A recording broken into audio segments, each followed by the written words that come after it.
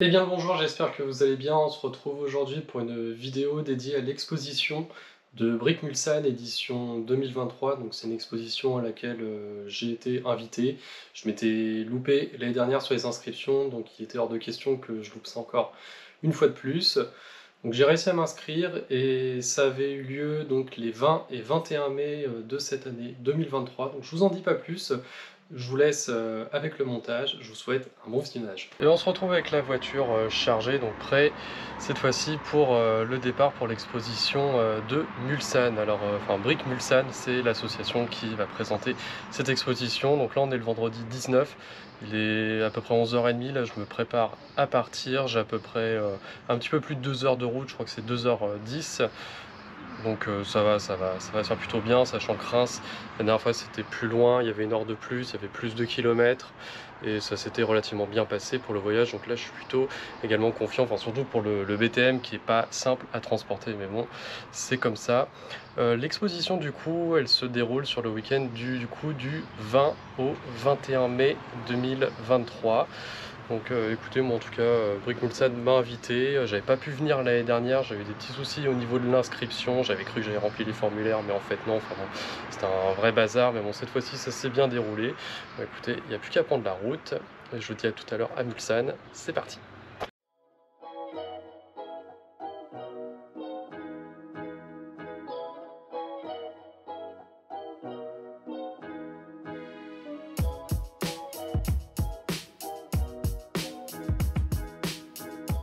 Et voilà, arrivé après les 2 heures de route, bah, ça n'avait pas menti, à peu près 2h10. Je suis arrivé donc à la salle des fêtes de Mulsanne. Alors, je crois pas que je l'ai dit, mais en fait, Mulsanne, ça se situe juste à côté du Mans. Voilà, juste au sud du Mans, en périphérie, pour ceux qui situaient pas. Enfin, même moi avant, je connaissais pas. Donc là, je vous montre vite fait. Voilà, c'est plutôt propre, là, le devant de la salle des fêtes. Là, on est sur le côté.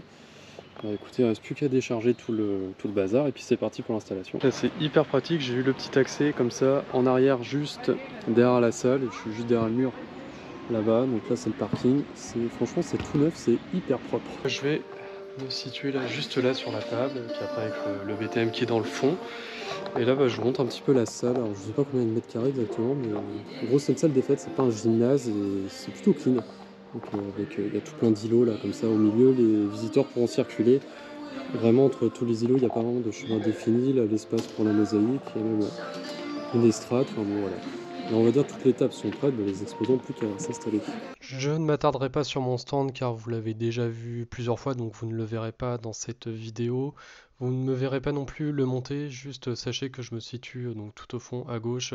J'ai préféré vous faire profiter donc vraiment des autres stands et puis de l'ambiance globale de l'exposition. Donc comme je vous l'avais dit, on voit que c'est vraiment, c'est pas des colonnes ni des lignes, ce sont vraiment des îlots et les visiteurs sont vraiment libres de circuler entre ces derniers. Donc là, on va commencer bientôt la visite des stands. Il faut savoir qu'il y avait un total de 14 stands en comptabilisant le mien, ainsi que la mosaïque et un vendeur. On commence donc cette visite par le premier stand qui se situait à gauche de l'entrée, donc directement on va dire la première ligne qui longe le mur gauche de la salle, et ce n'est autre que le stand de Stéphane. Donc Stéphane qui on peut dire est un fan, voire un amoureux de la Grèce. Donc alors là c'est pas un gros diorama en un seul bloc que vous avez observé, mais plutôt plusieurs petites scènes plus ou moins grandes qui vont représenter vraiment la Grèce et sa mythologie. Et ce que je trouve vraiment très intéressant, donc, en plus que ce soit plusieurs petites scènes ou plusieurs petites constructions animées ou pas d'ailleurs, parce qu'il y en a aussi qui sont motorisées, c'est que vous allez avoir une explication un petit peu à la façon d'un musée, assez quand même détaillé mais relativement bien synthétisé pour avoir les informations qui nous intéressent. Je vous en dis pas plus, je vous laisse admirer le travail de Stéphane.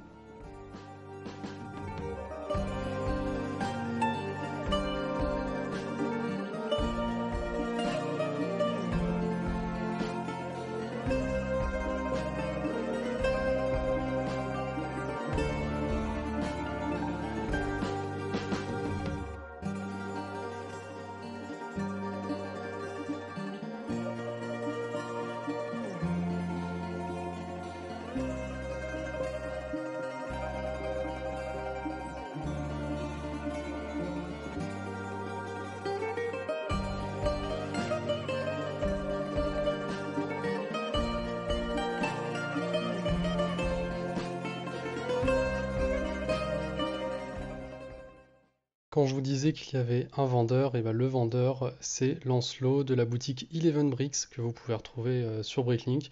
Donc il était là avec une petite partie de sa boutique, à savoir néanmoins pas mal de figurines, aussi toute une série de boîtes. Pour ma part, c'est une boutique que j'utilise assez régulièrement lors de mes commandes Bricklink. Il y a quand même un large choix, surtout le travail est toujours irréprochable, c'est toujours très bien emballé, envoyé rapidement. Surtout, je n'ai jamais eu de problème d'inventaire. Donc vraiment un vendeur que je vous recommande. Le stand qui me faisait face durant l'exposition, c'est le stand d'Emmanuel, qui est un membre de l'association Freelog. Alors Emmanuel nous a présenté quelques engins de chantier quand même assez impressionnants par leur taille. Par contre, j'ai pas réussi à retrouver de vidéos des engins en fonctionnement. Il me semble qu'ils étaient motorisés. On passe ensuite à un énorme stand qui n'est autre qu'une fête foraine du nom de Amigoland, donc qui est présenté par un exposant qui a une page Facebook qui s'appelle Brick Parc d'attractions. Je vous mets ça en bas à gauche de l'écran si vous voulez aller voir par vous-même. Et ça, c'est vraiment un de mes stands préférés, car c'est un stand aussi qui attire pas mal de monde, parce que comme vous pouvez le voir, il y a énormément d'animations, quasiment tous les manèges sont en fonctionnement, et des manèges il y en a, car c'est quand même très varié. On peut notamment repérer les 2 sets de roller coaster qui ont été sortis par Lego, enfin du moins les gros sets de roller coaster, à savoir donc il y a le double looper qui est jaune et bleu avec l'ascenseur, et le classique rouge et blanc. Il y a aussi énormément de manèges qui ne sont pas issus de cette Lego, et ça va des chaises volantes en passant par les auto-tamponneuses et même jusqu'au booster, donc cet énorme bras articulé qui est vraiment gigantesque. Il y a également pas mal d'attractions aussi qui ont des effets rotatifs et aussi qui se lèvent et qui s'abaissent. Il y a vraiment différents mouvements et c'est vraiment très intéressant à regarder. Ce que j'aime aussi beaucoup sur ces stands-là, c'est qu'en général ils sont également bourrés d'effets, donc il y a quand même pas mal de lumière. On notera également une épaisse fumée qui vient envahir la fête foraine.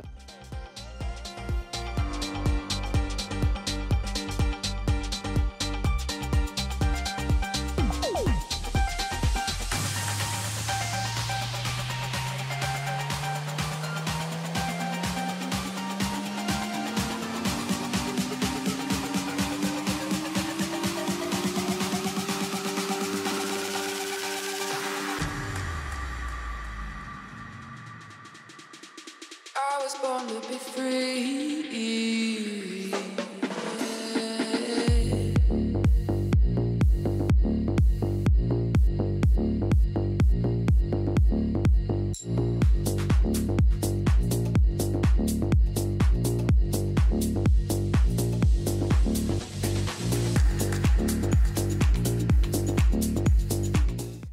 On poursuit avec le stand d'à côté qui n'est autre que le stand de Sébastien qui nous propose un GBB. Alors par GBB, il faut entendre Grand Bidule à balle. Et celui-là, il est quand même assez sympa. Il n'est pas hyper étendu, il est assez compact, mais il y a une bonne structure verticale avec tout un parcours un petit peu comme un toboggan. Et la variété des mécanismes et des passages est quand même assez intéressante.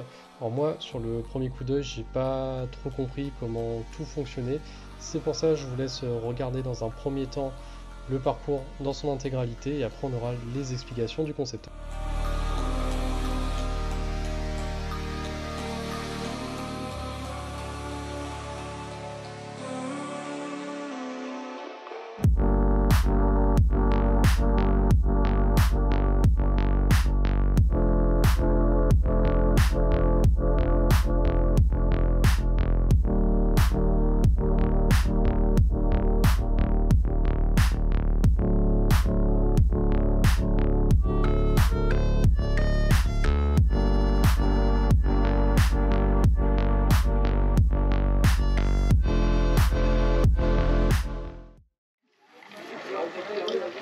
Alors vas-y, Seb, tu nous expliques un petit peu comment ça fonctionne en partant de la tour là ici. Donc en haut de la tour, la bille va tourner tout autour pour redescendre jusqu'à la bassine. Dans la bassine, j'ai une bille sur deux qui va aller à droite ou à gauche. Voilà. Donc quand elle part à gauche, elle retombe au niveau de la tour et elle remonte. Et après à droite, elle continue le parcours dédié. Donc là ça remonte, ça repasse sur le pont, Oui, voilà. classique. Et c'est que là il y a quelque chose d'assez technique ici. Bah là, c'est en mode pneumatique. En mode pneumatique, donc ça monte en puissance, en pression. Et une fois qu'il a atteint à peu près les 2 bar 2, on va voir que le bras va prendre les billes pour après les déposer de l'autre côté. D'accord. Et là ça compresse l'air, donc c'est ce Ouais. niveau-là. Oui. Là tu fais un petit. Oui, j'appuie un petit peu pour donner un... manuellement pour que ça cuite. Voilà. Donc là, je pompe légèrement un peu plus. Et hop, Et ça active tout le système. voilà. Et après pareil, ça arrive en douceur. Non, d'un coup, hop. Et voilà, donc il y a un système de wagonnet, comme ça qui part. Voilà. Là, on voit que c'est parti, là c'est resté en pause à cet endroit-là. Voilà. Donc le wagon, pour que ça tourne, le wagon va actionner le petit bouton poussoir qui est ici. D'accord. Et il est contrôlé par l'automate qui se trouve au milieu de... Ici. Alors ça c'est un peu l'unité centrale. Voilà, ça c'est l'automate. Donc l'automate gère le chariot. Donc à chaque fois qu'il voit une butée, il va arrêter le courant. D'accord. Et en actionner les moteurs. D'accord. Donc là, on a le même système que de l'autre côté. Ouais, voilà. Et donc là, on voit le variateur, l'automate qui lui dirige le variateur pour faire au chariot les allers-retours. D'accord, qui manipule, qui remplace le bras humain. Quoi. Voilà. Et ça, c'est un programme que tu as rentré dans, dans l'automate. Alors là, du coup, j'ai regardé qu'il y avait un autre boîtier qui a contrôlé quelque chose, qui est indépendamment du circuit. Donc là, comme on peut le voir, il gère juste l'ascenseur. Là où il y a la petite figurine. Ouais, voilà. Donc hop, il est à peu près calculé pour qu'il est juste embuté en bas. Et après, quand il va remonter au bout de 33 secondes, il va appuyer le petit interrupteur qui est ici et il va rester 9 secondes à l'étage. D'accord, donc l'action d'appuyer sur l'interrupteur fait qu'il y a un timing de 9 secondes qui se déclenche avant la redescente. Oui, voilà. On continue avec le stand de Grégounet, je vous mets son Insta juste en bas à gauche de l'écran. Donc là on est sur un diorama qui est en construction sur le thème des 24 heures du Mans, donc je pense que c'est assez évident, Mulsanne étant juste à côté du circuit. Alors pour la petite anecdote, au niveau des Speed Champions, on a dû tous en construire une durant le soir, donc en fait vraiment tous les exposants ont mis la main à la pâte pour ce diorama, enfin du moins pour les voitures, après c'est Grégounet qui a construit le diorama. Et après je vous mets des photos que j'ai trouvées sur le compte Facebook de Brick Mulsanne où on voit le diorama achevé qui a été exposé pour les 24 heures du Mans. On poursuit avec le stand de Freddy du site brickenbrac.fr qui nous présente un R2D2 taille réelle qui est vraiment imposant. La tête est motorisée puisqu'elle tourne et vous avez vu, il y a même un programme à l'intérieur qui permet de suivre vos mouvements et d'interagir avec les visiteurs.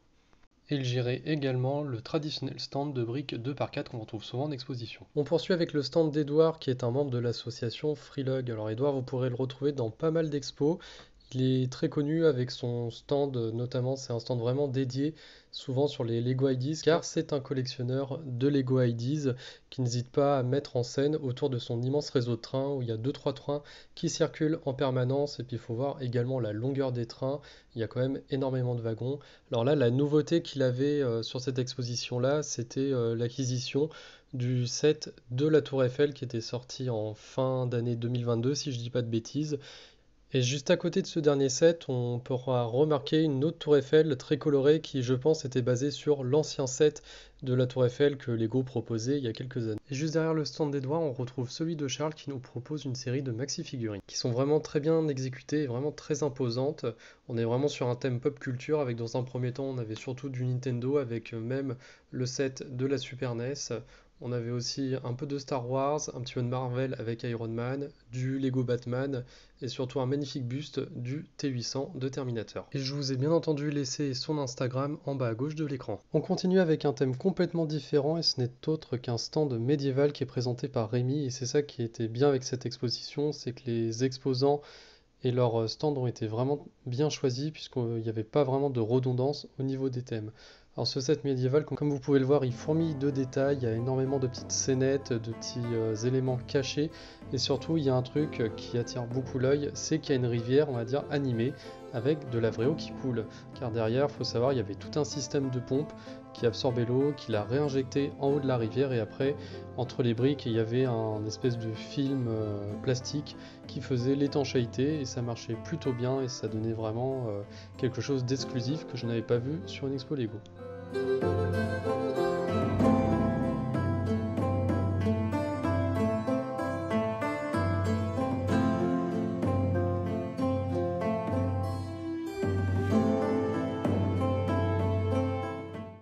Nouveau stand et nouveau thème, car on passe encore une fois à un thème radicalement différent par rapport au précédent. Là, c'est le stand de Denis qui nous présente son armada de grues tout aussi impressionnantes les unes que les autres. Alors vous pouvez voir, je vous garantis, quand j'étais en face, c'était vraiment super impressionnant. Limite, on avait l'impression que les grues n'étaient vraiment pas loin du plafond. Alors Denis m'avait expliqué que les plus hautes pouvaient mesurer jusqu'à 1,80 m, donc faut vous imaginer des grues qui sont quand même hyper imposantes, je sais plus c'est combien de pièces ni le poids, mais en fait quand vous avez la grue d'1,80 m qui est posée déjà sur une table qui fait plus ou moins 1 mètre de haut, je vous laisse imaginer un petit peu l'envergure que ça a. Et ce qui est super sympa, c'est qu'en fait tous les mécanismes de ces grues étaient fonctionnels. Alors on peut mouliner, puis après il y a tout un système de tringlerie avec grosse ficelle on va dire. Mais ça passe dans tout un rouage de poulies, d'engrenages. Et après, les grues peuvent aussi pivoter sur leur propre socle. Et on peut s'amuser du coup à transporter des charges plus ou moins lourdes. On poursuit sur la dernière rangée de stands de l'exposition. Et c'est le stand de Mikashting 37. Alors je sais pas si je le prononce bien. De toute façon, je vous mets l'Instagram en bas à gauche de l'écran comme d'habitude. Alors ça, c'est un stand qui se divise en deux parties. Donc, premièrement, sur la droite, on avait une partie dédiée au parc du Futuroscope, car oui, c'est un fan du Futuroscope et il s'amusait à reproduire certains bâtiments du parc d'attractions. Donc des bâtiments qui sont quand même très bien reproduits, il y a des belles formes de sphères. Alors là, on n'était pas à l'échelle figurine, je dirais, on était plutôt entre la figurine et le microscale, puisque c'était pas non plus en microscale.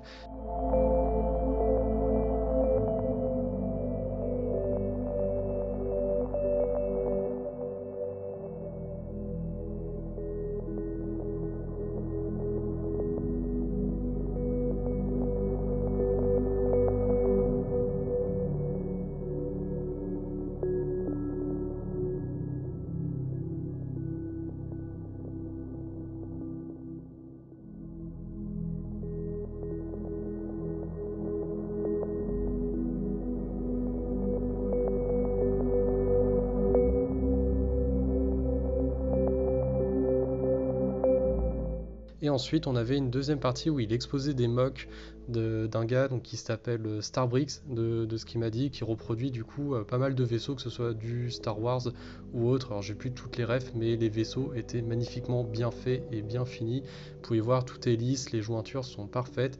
Et on avait également ce magnifique droïde K2SO qui est dans le film Star Wars Rogue One. Et malheureusement, comme je l'ai très mal cadré, vous verrez pas la tête. On poursuit la visite avec un des plus grands stands de cette exposition et ce n'est autre que la ferme proposée par Beat. Alors là, on a vraiment une ferme quand même qui est hyper complète, on a tout un petit village dans le fond, on a divers bâtiments qui font fonctionner cette ferme. On a également de nombreux champs et là ce qui est assez intéressant c'est qu'il y a pas mal de petits détails, notamment pour indiquer quel type de champ. On a des panneaux avec des tiles gravés, on a aussi ces tiles gravés qu'on retrouve au niveau du passage à niveau, enfin ça donne vraiment un sens du détail assez important. On a aussi toute une dimension aérienne avec une éolienne motorisée et ainsi que quelques montgolfières. Et comme je l'ai mentionné précédemment, avec le passage à niveau, forcément on a le réseau de train qui va avec et qui fait tout le tour du diorama.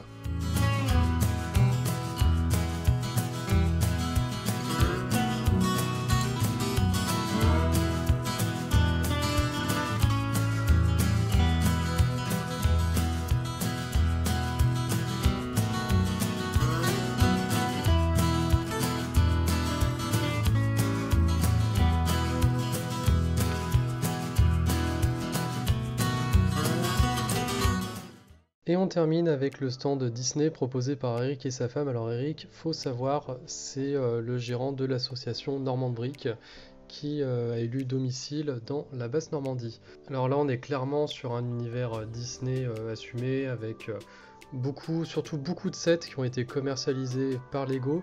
Mais là, je trouve que c'est pas trop gênant parce que d'habitude, c'est pas mes stands préférés. Mais là, on va dire que tous ces sets sont quand même bien intégrés dans tout un paysage, dans tout un univers, un décor. La végétation est extrêmement bien fournie. Et on pourra noter qu'en fait, il y a extrêmement de thèmes différents, parce qu'on va de Vaiana en passant par Aladdin jusqu'à la Reine des Neiges. Mais les transitions sont quand même plutôt bien faites et c'est quand même très agréable à voir et ça fourmille de vie.